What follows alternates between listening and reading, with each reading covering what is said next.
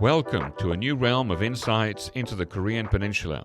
At Korea Risk Group, we delve deep into the complexities of North and South Korea, offering bespoke analyses that empower decision makers. Whether you're in government, business, or academia, our tailored solutions provide clarity in an opaque region. Let our team guide your strategy with data-driven insights and on-the-ground intelligence. Step into a world of informed decision-making and visit KoreaRiskGroup.com today.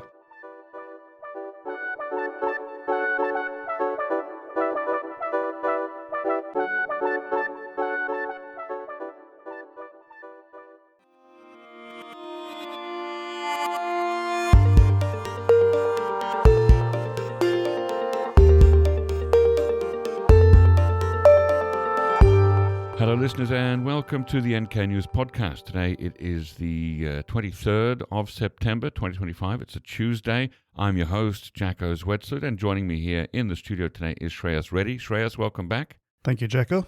Chairman Kim Jong Un, or Marshal Kim Jong Un, I do forget his title sometimes. He's kept us busy the last week. We've got a few things going on.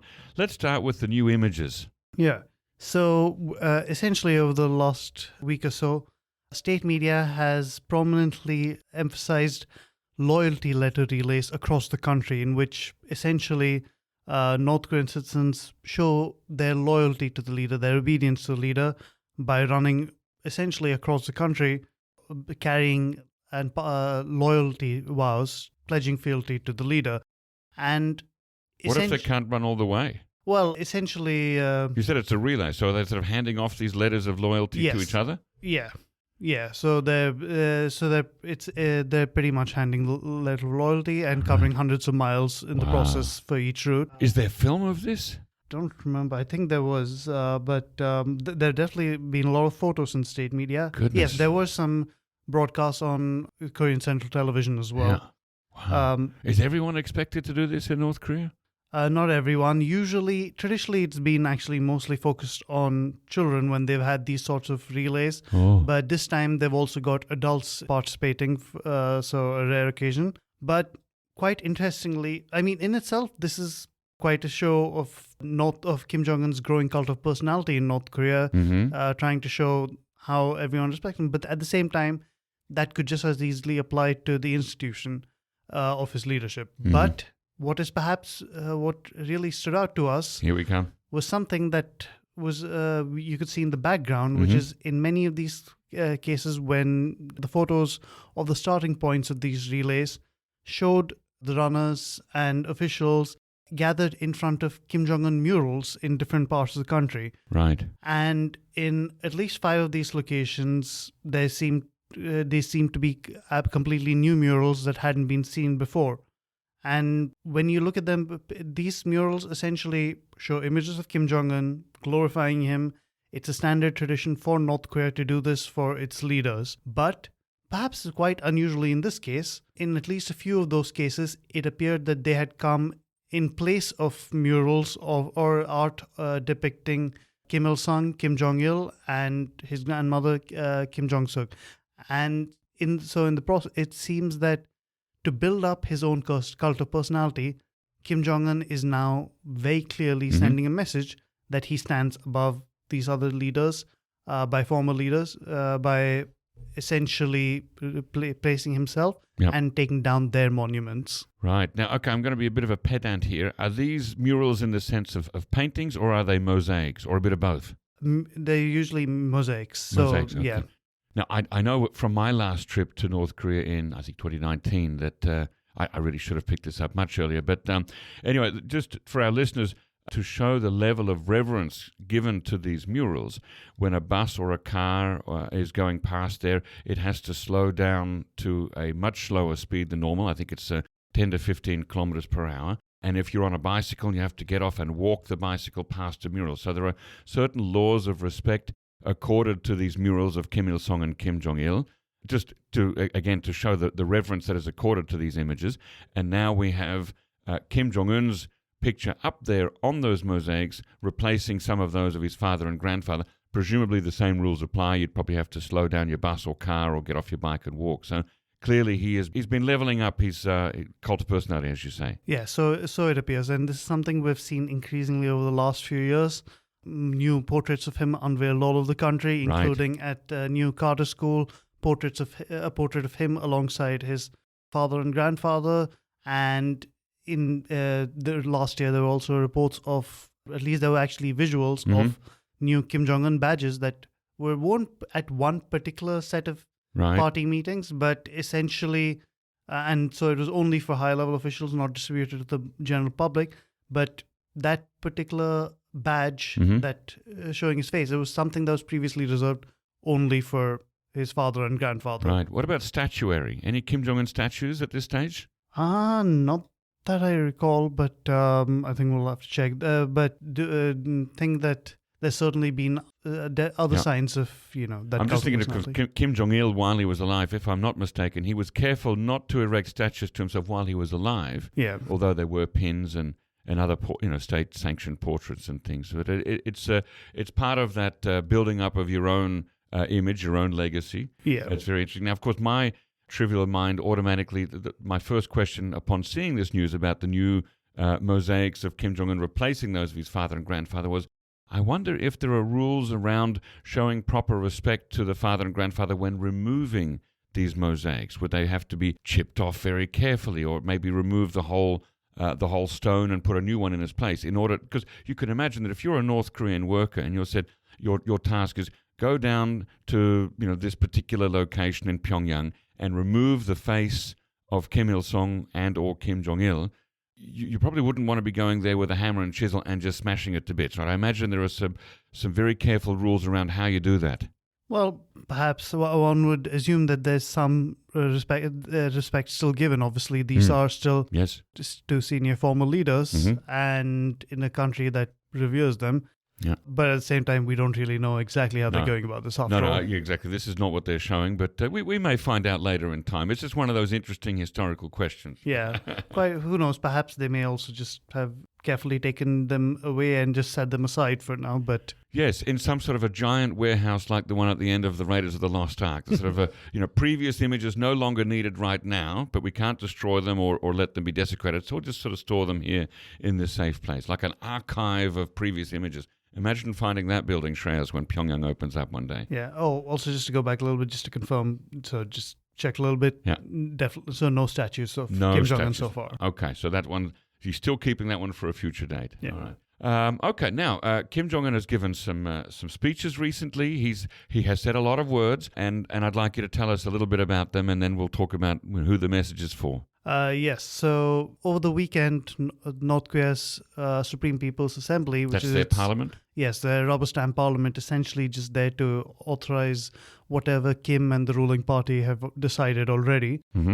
So they had a session, and when the Supreme People's Assembly has a session, for many people they look at it and say, well, if they're just going to authorize whatever Kim Jong Un is saying anyway, what difference does it make? But it's still an important procedural organ, and any legal changes, any legislative changes, and any big statements coming out of it can still hold a lot of weight. And on this occasion, we didn't see any major legislative changes. They passed a few minor laws and amended another one. But Kim Jong Un attended himself, and he gave a speech in which he very clearly set out his intent. And one particular headline item coming out of it was essentially Kim Jong Un reiterating that North Korea will never ever give up its nuclear weapons. But at the same time, he said that they would be open to meeting with the US, with Donald Trump, if the US abandons its, as he put it, absurd obsession with denuclearization. And this, in some ways, it follows on from what we've seen coming out of North Korea so far.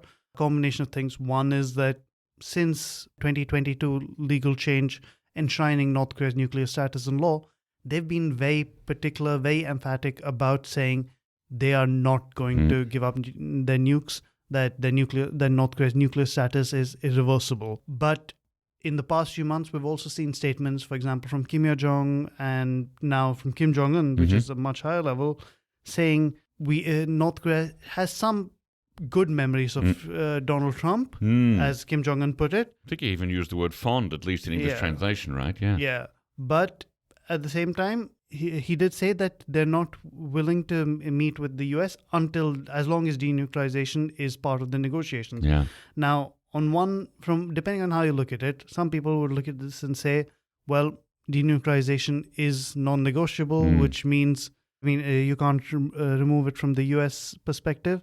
So essentially, he's rejecting talks. But from another perspective, it actually does open the door for talks with the US, with Trump in particular, saying we have a good relationship, but also perhaps a little aware that if any US president is going to buck the trend on denuclearization and say, you know what, we don't need to do this, it might be Donald Trump, who has already shown his willingness to completely sidestep Washington's long-held policies and has, on at least a few occasions, called North Korea a nuclear power, which isn't the same as recognizing it as a nuclear state. No.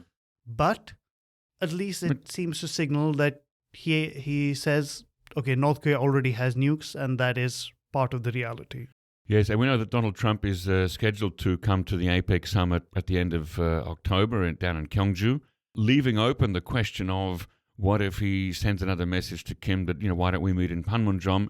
The timing of Kim's speech at the Supreme People's Assembly, it does seem like he's sending a message to America and to other countries, right? He's not just talking to his own people. This is a message for the world. Yeah, definitely seems like it is something that could be quite possible. At the end of the day, we know that Trump isn't above sending out a message saying, hey, why not just meet at Panmunjom like we did last time? Yep.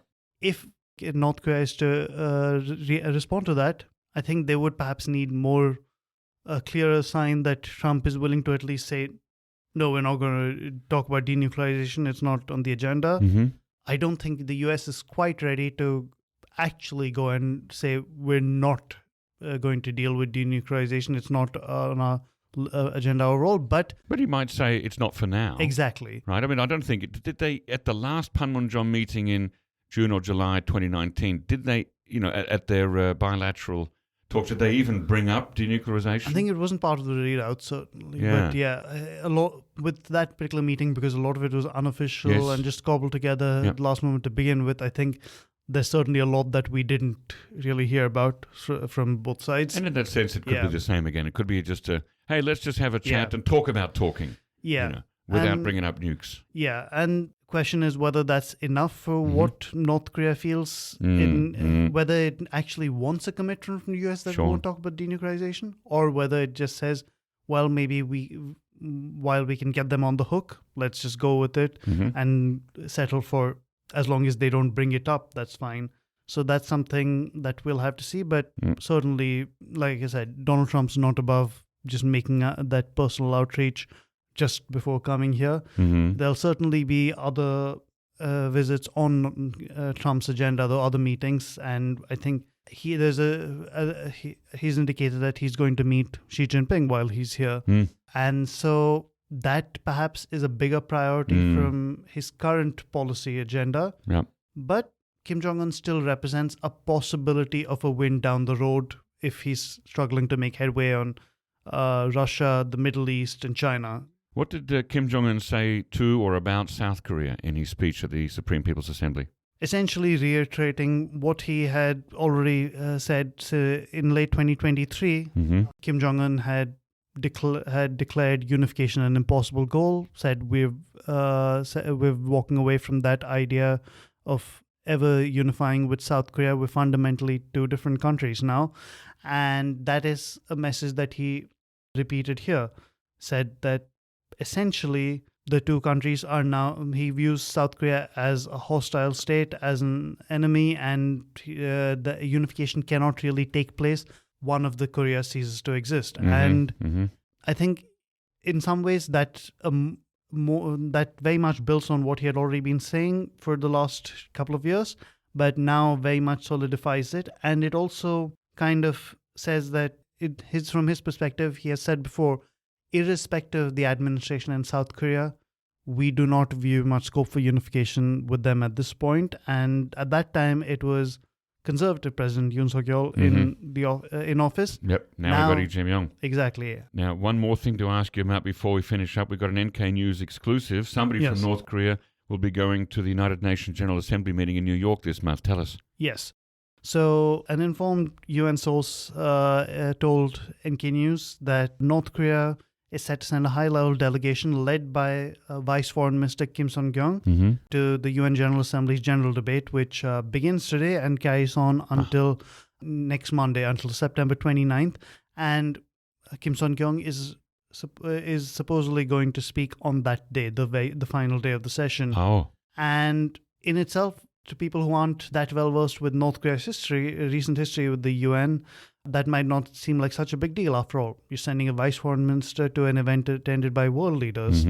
But this is the first time since 2018 that North Korea will have someone other than its envoy to the UN address the UNGA, the general debate. So for the last 6 years, since 2019 onwards, it has been Kim Song, the North Korea's UN ambassador. Before that, it used to be the foreign minister or the vice foreign minister. And essentially, this kind of signals not a greater willingness, perhaps, to at least engage with the international community on that level, perhaps to show its solidarity with, let's say, Russia and China and other countries that it feels more closely aligned to, perhaps to make its opposition to the US and South Korea clear. But also, perhaps, it may just open up a back channel for negotiations with the US, which is something we haven't seen before. It doesn't appear to be top of their priorities for now, but in Kim Jong-un, they have someone who has a long history of dealing with the West. He spent most of his career first in Eastern and then Western Europe, working with Western Europe. But in recent years, he has also increasingly focused on the UN dynamics and the US in relation to that. So most of what he has been on the last few years has been just lobbying hostile statements at the UN and US. So it's not like he's just there to make peace, but fundamentally he is functioning on behalf of the state. If the state now says we want to at least have some sort of talks with the US beyond the New York mission, which has long served as the unofficial channel, then he might be the person to do that. But for now, at least, it appears that the first priority is just at least making sure that North Korea shows that it is still an international player, it is still a part of the UN, and has a presence on the world stage. Very interesting, Shreyas. That's where we're going to leave it today. Hopefully by next week, Tuesday, we'll have some news to report out of the UN General Assembly to see more about that. Thank you for walking us through it, Shreyas. Thank you. Looking to stay informed about South Korea's fast-evolving political, business and cultural landscape? Join us on Korea Pro, the go-to resource for in-depth analysis expertly curated by top-tier professionals. And now you can pick the membership level that best suits your needs, thanks to our new subscription packages. Starting at just $199 annually, you can access daily analysis and our weekly podcast. Or try our premium membership package, which offers additional perks such as executive briefings, monthly reports and forecasts, networking receptions and event opportunities, as well as much, much more. To find the best fit for you, just head to signup.koreapro.org and become a member today.